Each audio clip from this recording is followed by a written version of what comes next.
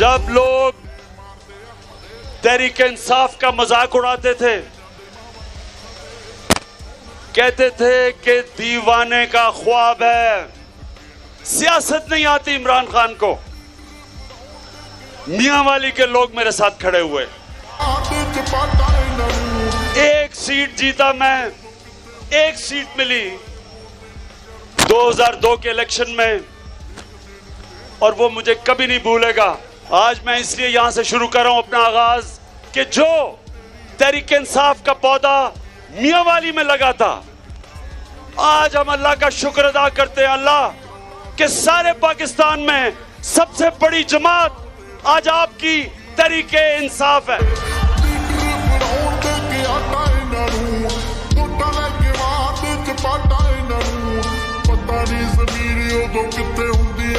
साले बोलते नहीं शर्म दा घाटा